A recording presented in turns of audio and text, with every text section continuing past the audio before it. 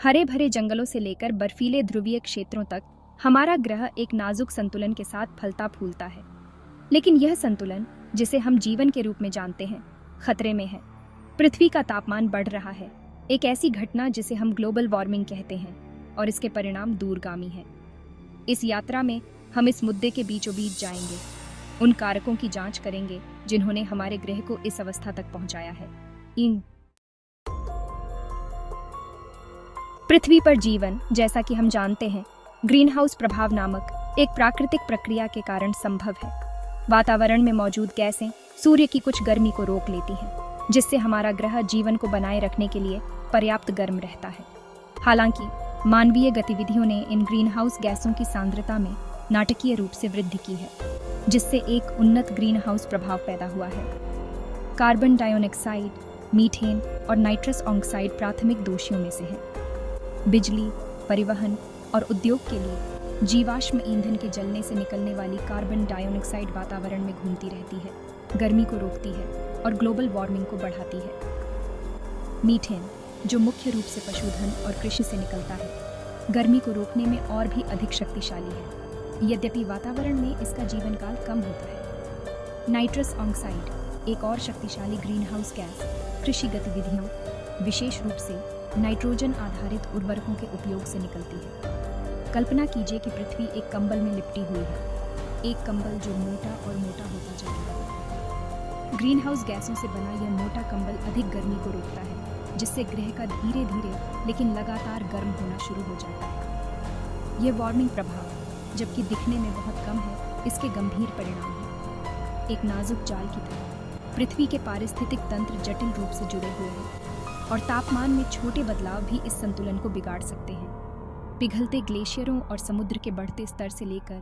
चरम मौसमी घटनाओं और पौधों और जानवरों के जीवन में बदलाव तक, ग्लोबल वार्मिंग के प्रभाव पहले से ही दुनिया भर में महसूस किए जा रहे हैं।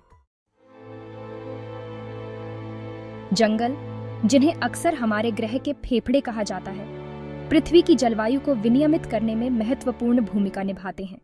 पेड़ वातावरण से कार्बन डाइऑक्साइड को अवशोषित करते हैं, प्राकृतिक कार्बन सिंक के रूप में कार्य करते हैं। हालांकि व्यापक वनों की कटाई इस नाजुक संतुलन को बाधित कर रही है, जिससे ग्लोबल वार्मिंग के प्रभाव बढ़ रहे हैं। हर साल कृषि, कटाई और शहरीकरण के लिए जंगलों के विशाल क्षेत्रों को साफ कर दिया जाता है। इसके परिणाम दुगने हैं।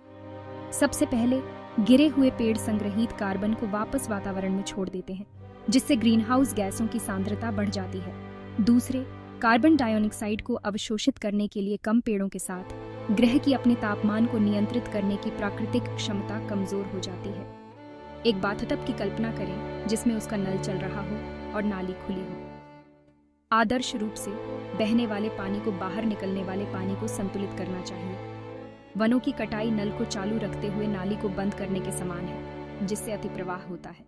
इस मामले में बहता हुआ पानी वातावरण में जमा अतिरिक्त कार्बन डाइऑक्साइड का प्रतिनिधित्व करता है। इस असंतुलन के दूरगामी परिणाम हैं। वनों की कटाई न केवल ग्लोबल वार्मिंग में योगदान करती है, बल्कि स्थानीय जलवायु को भी बाधित करती है, जिससे वर्षा के पैटर्न में बदलाव आते हैं और मिट्टी का कटाव बढ़ता है। ये जैव विविधता के लिए भी खतरा है, अनगिनत प्रजातियों को विलुप्ति की ओर धकेल रहा है।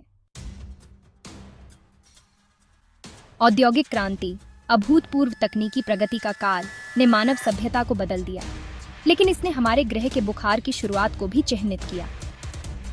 कोयले और बाद में तेल और गैस से चलने वाले कारखानों के उदय ने बड़े पैमाने पर ग्रीन हाउस गैसों को वातावरण में छोड़ा, जिससे आज ग्लोबल वार्मिंग को चलाने वाली श्रृंखला प्रतिक्रिया शुरू हो गई। विनिर्माण से लेकर ऊर्जा उत्पादन तक उद्योग जीवाश्म ईंधन पर बहुत अधिक निर्भर है। इन ईंधनों को जलाने से कार्बन डाइऑक्साइड और अन्य ग्रीन हाउस गैसें निकलती हैं, जो हमारे ग्रह के चारों ओर मोटे कंबल में महत्वपूर्ण योगदान देती हैं। जबकि समय के साथ औद्योगिक प्रक्रियाएं अधिक कुशल हो गई हैं, वैश्विक औद्योगिक गतिविधि का विशाल पैमाना ग्रीन हाउस गैस उत्सर्जन को ऊपर की ओर ले जाता रहता है।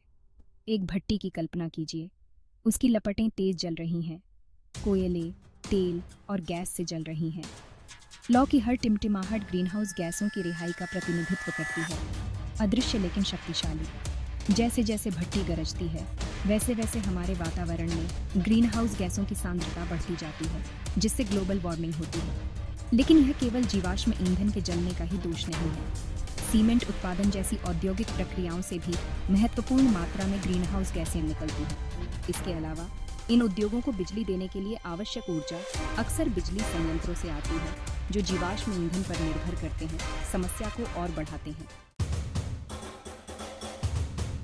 आवाजाही की स्वतंत्रता, विशाल दूरी की यात्रा करने की क्षमता आधुनिक जीवन की पहचान है।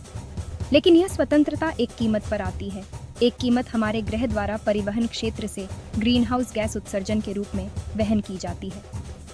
कारों और ट्रकों से लेकर जहाज़ों और हवाई जहाज़ों तक परिवहन के लिए जीवाश्म ईंधन पर हमारी निर्भरता ग्लोबल वार्मिंग को बढ़ा रही है। वाहन, विशेष रूप से गैसोलीन और डीजल से चलने वाले ग्रीन हाउस गैस उत्सर्जन में प्रमुख योगदान करता है। आंतरिक दहन इंजन, जबकि इंजीनियरिंग का एक चमत्कार हर क्रांति के साथ कार्बन डाइऑक्साइड और अन्य प्रदूषकों को छोड़ता है। जैसे जैसे सड़क पर वाहनों की संख्या बढ़ती जा रही है, खासकर विकासशील देशों में तेजी से आर्थिक विकास का अनुभव हो रहा है, वैसे वैसे ग्लोबल वार्मिंग में परिवहन क्षेत्र का योगदान भी बढ़ रहा है। एक ऐसे राजमार्ग की कल्पना कीजिए जो वाहनों से भरा हुआ है। उनके निकास धुएं एक धुंधले बादल में विलीन हो रहे हैं। मुख्य रूप से कार्बन डाइऑक्साइड और अन्य प्रदूषकों से बना यह बादल हमारे ग्रह को ढंकने वाले ग्रीन हाउस गैसों के मोटे कंबल में परिवहन क्षेत्र के योगदान का प्रतिनिधित्व करता है। लेकिन यह सिर्फ सड़क परिवहन ही दोषी नहीं है।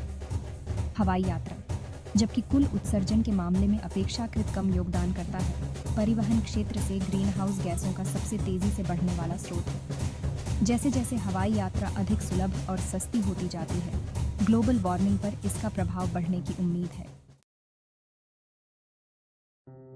कृषि, फसलों की खेती और पशुधन को पालने की प्रथा मानव अस्तित्व के लिए आवश्यक है। फिर भी इस मूलभूत मानवीय गतिविधि का हमारे ग्रह की जलवायु पर गहरा प्रभाव पड़ता है, जो ग्लोबल वार्मिंग में महत्वपूर्ण योगदान देता है। पशुधन से निकलने वाले मीथेन से लेकर उर्वरकों से निकलने वाले नाइट्रस ऑक्साइड तक जलवायु पर कृषि का प्रभाव काफी अधिक है। पशुधन, विशेष रूप से मवेशी, मीथेन उत्सर्जन में प्रमुख योगदान करता है। जैसे ही ये जानवर अपना भोजन पचाते हैं, वे मीथेन छोड़ते हैं, एक ग्रीन हाउस गैस जो ग्लोबल वार्मिंग क्षमता के मामले में कार्बन डाइऑक्साइड की तुलना में कहीं अधिक शक्तिशाली है। मांस और डेयरी उत्पादों की वैश्विक मांग में वृद्धि के साथ पशुधन की संख्या बढ़ रही है। ग्लोबल वार्मिंग में कृषि के योगदान को और बढ़ा रही है। एक विशाल चरागाह की कल्पना कीजिए जो चरने वाले मवेशियों से युक्त है, जबकि यह रमणीय दृश्य मीथेन उत्सर्जन के एक महत्वपूर्ण स्रोत को दर्शाता है। प्रत्येक डकार के साथ ये जानवर वातावरण में मीथेन छोड़ते हैं, ग्रीन हाउस प्रभाव में योगदान करते हैं। लेकिन ये केवल पशुधन ही दोषी नहीं है। कृषि में नाइट्रोजन आधारित उर्वरकों के उपयोग से नाइट्रस ऑक्साइड भी निकलता है, जो एक और शक्तिशाली ग्रीन हाउस गैस है। ये उर्वरक, जबकि फसल की पैदावार बढ़ाने के लिए आवश्यक है, मिट्टी में टूट जाते हैं, वातावरण में नाइट्रस ऑक्साइड छोड़ते हैं। पृथ्वी की जलवायु एक जटिल और गतिशील प्रणाली है जो असंख्य कारकों से प्रभावित होती है। जबकि मानवीय गतिविधियां वर्तमान ग्लोबल वार्मिंग का प्रमुख चालक हैं, उन प्राकृतिक कारकों की भूमिका को स्वीकार करना महत्वपूर्ण है जिन्होंने सहस्त्राब्दियों से हमारे ग्रह की जलवायु को आकार दिया है। सूर्य, हमारा अपना तारा, पृथ्वी की जलवायु में महत्वपूर्ण भूमिका निभाता है। इसकी ऊर्जा अंतरिक्ष के माध्यम से विकिरण करती है, हमारे ग्रह को गर्म करती है, जिससे जीवन संभव हो जाता है। सौर गतिविधि में भिन्नता, जैसे सौर विकिरण में परिवर्तन, पृथ्वी के तापमान को प्रभावित कर सकती है। हालांकि वैज्ञानिक प्रमाण भारी रूप से बताते हैं कि हाल ही में ग्लोबल वार्मिंग को अकेले सौर गतिविधि में बदलाव के लिए जिम्मेदार नहीं ठहराया जा सकता है। सूर्य की कल्पना कीजिए, जलती हुई गैस का एक विशाल गोला, इसकी ऊर्जा बाहर की ओर विकिरण कर रही है, हमारे ग्रह तक पहुंच रही है। जबकि जीवन के लिए आवश्यक है, सौर गतिविधि में भिन्नता पृथ्वी के तापमान को प्रभावित कर सकती है। हालांकि ये बदलाव प्राकृतिक चक्र हैं और हाल के दशकों में देखी गई तेजी से वार्मिंग की व्याख्या नहीं करते हैं। ज्वालामुखी विस्फोट, जबकि अक्सर वातावरण में राख और एरोसोल के इंजेक्शन के कारण शीतलन प्रभावों से जुड़े होते हैं, ग्लोबल वार्मिंग में भी योगदान कर सकते हैं। ज्वालामुखी वातावरण में कार्बन डाइऑक्साइड जैसी ग्रीन हाउस गैसों को छोड़ते हैं, जो ग्रीन हाउस प्रभाव में योगदान कर सकती है। हालांकि ज्वालामुखी गतिविधि द्वारा जारी ग्रीन हाउस गैसों की मात्रा मानव जनित उत्सर्जन से कम है।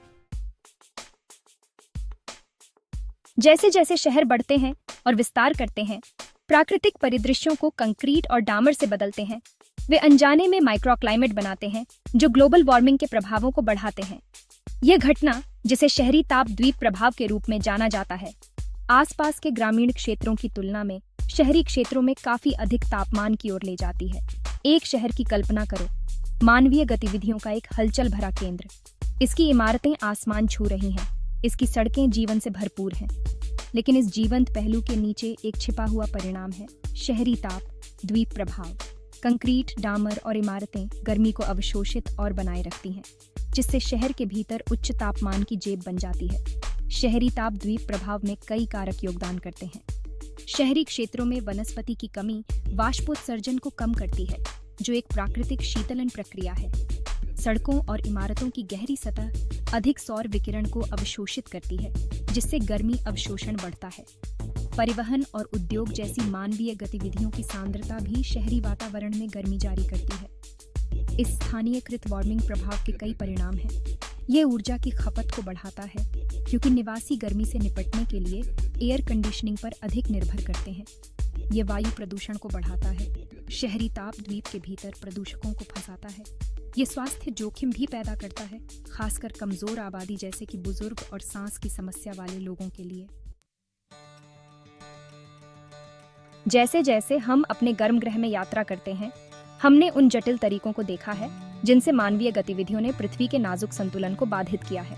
सबूत स्पष्ट हैं, ग्लोबल वार्मिंग वास्तविक है, यह अभी हो रहा है और इसके परिणाम दूरगामी हैं, लेकिन अभी भी उम्मीद है।